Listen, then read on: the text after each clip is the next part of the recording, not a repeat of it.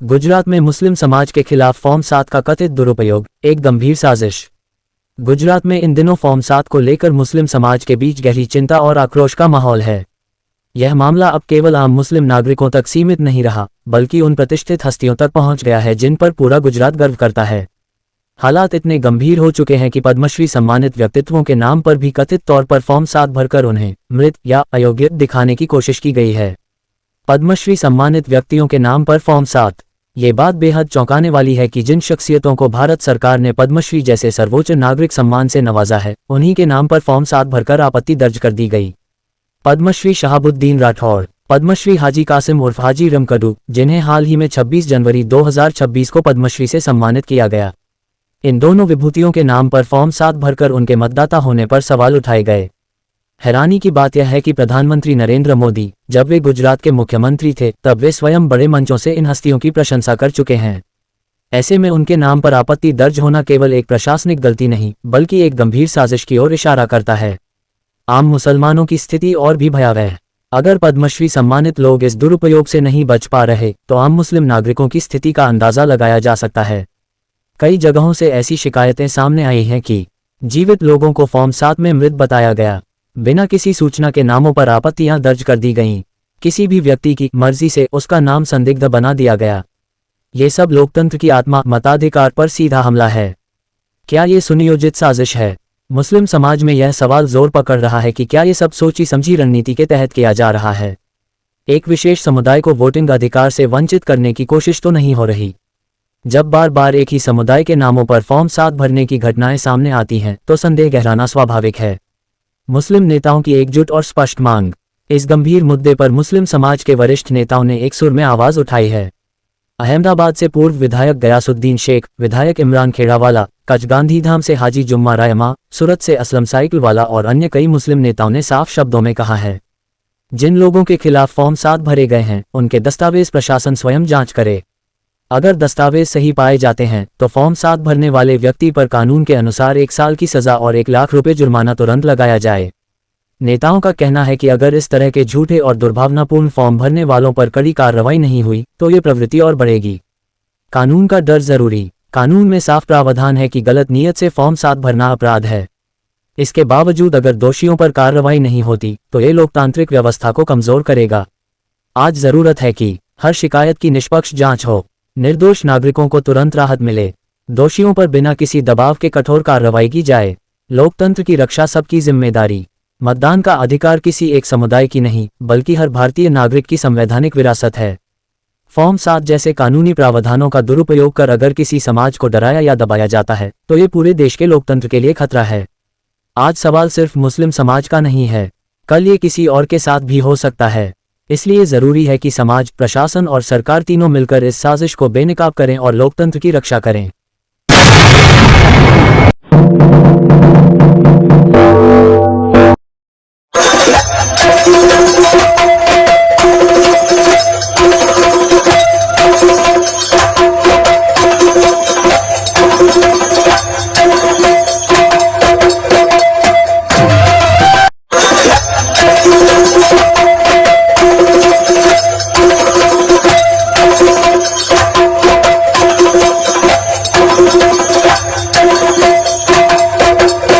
अभी आपने जिनका वीडियो देखा, वे हैं दुनिया भर में जहां जहां गुजराती रहते हैं, उनके दिलों में बसने वाले ढोलक बजाने के शहंशाह हाजी कासिम उर्फ हाजी रमकड़ू।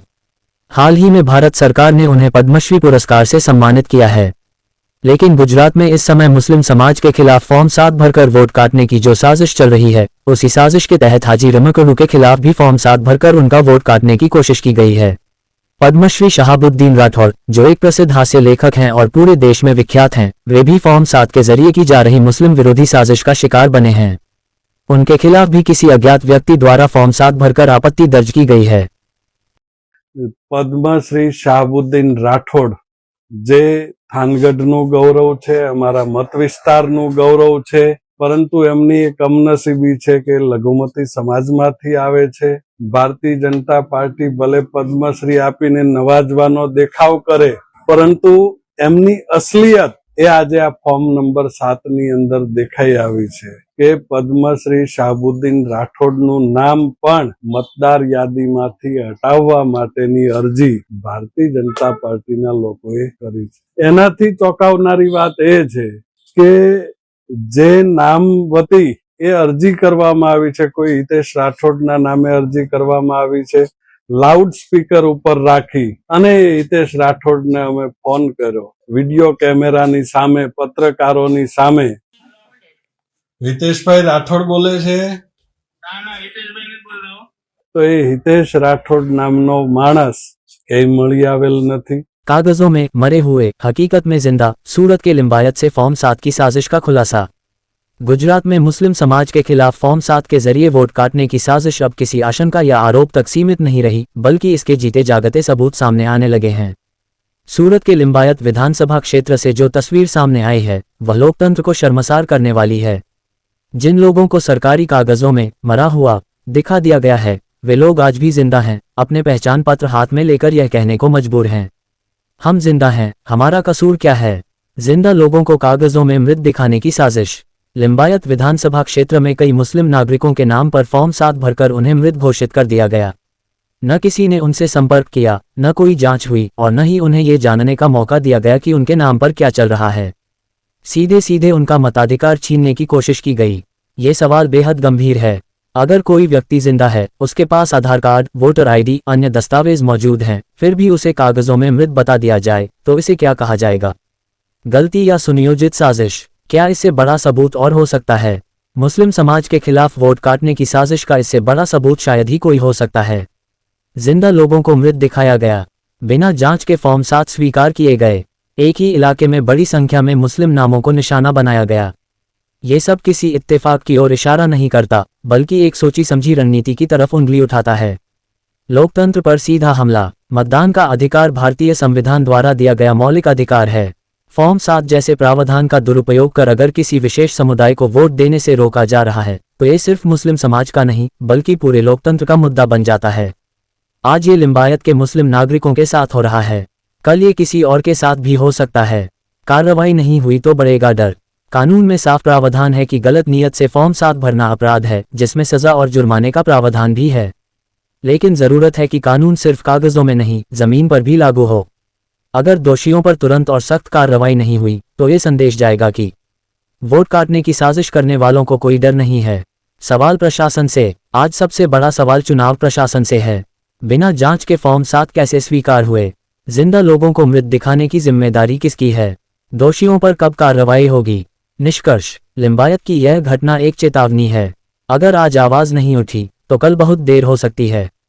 ये सिर्फ कुछ लोगों के वोट का मामला नहीं, ये इंसाफ, संविधान और लोकतंत्र की रक्षा का सवाल है।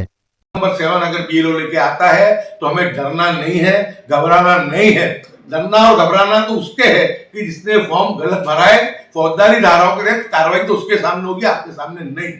तो हमको हिम्मत रख के, भरोसा करके, जितने भी लोग अगर एक महल्ले में 5 है, 200 है, 500 है, सबको साथ में मिलकर पुलिस स्टेशन में जाके अपनी साइन से वो फॉर्म 7 नंबर भरने वाले के खिलाफ एफआईआर दर्ज करानी चाहिए। सर अंतर्गत मतदार यादी सुधारणा अभियान हेठળ કાર્ય કરતા તમામ બીએલઓ શ્રીને મારી નમ્ર અપીલ સાથે વિનંતી છે કે સુરત સહિત લગભગ ગુજરાતના ઘણા જિલ્લાઓમાં ઘણી વિધાનસભાઓની અંદર એક ચોક્કસ સમાજના, એક ચોક્કસ વર્ગના મતદારોની વિરુદ્ધ ભારતીય જનતા પાર્ટીના નેતાઓએ ઓફિસમાં બેસીને કે એમના કાર્યકર્તાઓને આગળ ધરીને સૌ પાયા વિહોણી અને ગેરમાર્ગે દોરનારી વાંધા અરજી ફોર્મ નંબર 7 ભરીને જે સર અંતર્ગત મતદાર યાદી, ડ્રાફ્ટ મતદાર યાદી પ્રસિદ્ધ થઈ અને જેમાં મતદાર તરીકે જે મતદારોના નામ નોંધાયા હતા એવા ચોક્કસ સમાજના મતદારોની વિરુદ્ધમાં ફોર્મ નંબર 7 ભરીને વાંધા ઉઠાવ્યા છે, લિખિતમાં વાંધા આપ્યા છે।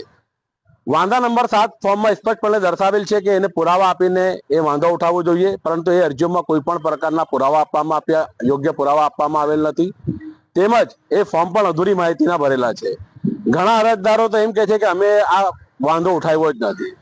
હવે સંપૂર્ણ જવાબદારી બીએલઓ ની આવે છે, એટલા માટે કે બીએલઓ શ્રીએ જે 4/11/2025 થી મતદાર યાદી સુધારણા અભિયાન સર અંતર્ગત શરૂ થયું ત્યારથી જે ડોર ટુ ડોર જઈને કાર્ય કર્યું, જે મહેનત કરી, સનિષ્ઠતાથી પોતાની ફરજ બજાવી, આજે એમની કામગીરીની સામે ભારતીય જનતા પાર્ટીના નેતાઓ ઓફિસમાં બેસીને શંકાની સોય તાણી રહ્યા છે। એમની કામગીરીની સામે મારી આપ સૌ બીએલઓ ને વિનંતી છે કે આ મતદાર યાદી સુધારણમાં સૌથી સવિશેષ જવાબદારી કોઈની હોય તો BLOશ્રીની છે. આપને મેં આગળ પણ કીધું હતું કે ખોટું કરવું નહીં અને સાચા મતદારની સાથે ન્યાય કરવું. સાચો મતદાર રહી નહીં જાય અને ખોટો મતદાર એમાં નામ નોંધાય નહીં જેને તકેદારી રાખજો. અને હજુ પણ આપને કહું છું કે જે ભારતીય જનતા પાર્ટીના નેતાઓએ રાજકીય દબાણમાં આપણને પ્રેશર લાવતા હોય કે આપણા ઉચ્ચ અધિકારીઓ એસી ચેમ્બરમાં બેસીને આપણને હુકમ ઠોકતા હોય, આખરે સંપૂર્ણ જવાબદારી આપની પોતાની આવશે, કારણ કે આપ BLO છે. એટલે આપ વેરિફિકેશન પણ કરવું હોય તો ચોકસાઈપૂર્વક કરો, સારી રીતે કરો. કોઈ પણ સાચા મતદાર સાથે અન્યાયને તેની તકેદાર રાખો અને જે કોઈ સાચો મતદાર એનું નામ મતદાર યાદીમાંથી કમી ના થઈ જાય એની ખાસ તકેદાર રાખજો. જો કોઈ સાચા મતદારની નામ કમી આપના દ્વારા થશે તો એની સંપૂર્ણ જવાબદારી આપના માથા પર આવશે અને એ એવી રીતે આવશે કે છેલ્લે આપની નોકરી પર એની આડઅસર થશે. હું આપને હજુ કહું છું કે ભારતીય જનતા પાર્ટીના નેતાઓ, આપની આ સરકારી નોકરી છે. સરકારી નોકરીમાં આપના પરિવારનું સારી રીતે ગુજરાન ચાલે છે. આપ અત્યાર સુધી ખૂબ સંતોષકારક ફરજ બજાવી છે. આપની ફરજથી અમને કોઈ શંકાની સ્થાન ઊભું નથી થયું. પરંતુ જો તમારા કોઈ રાજકીય દબાણમાં આવીને થોડું પણ ખોટું કાર્ય થયું અને કોઈના હાથે ચડ્યા તો તમે નોકરી પરથી સસ્પેન્ડ થશો. તો ભારતીય જનતા પાર્ટીના નેતાઓ કોઈ કમલમમાં કે પંડિત દીનદયાળ ભવનમાં આપને આટલી ઉચ્ચ પગારની નોકરી અપાઈ શકવાના નથી. એ વાસ્તવિકતાને ધ્યાનમાં રાખીને જે કંઈ કરવું હોય, મારી એક જ વિનંતી છે, સાચું કામ કરજો, સંનિષ્ઠાથી પોતાની ફરજ બજાવજો. એવું કોઈ ખોટું રાજકીય દબાણમાં આવીને કરતા નહીં. કોઈ પણ મતદાર સાથે અન્યાય ન કરતા એવી ફરી આપ સૌને અપીલ કરું છું. આભાર.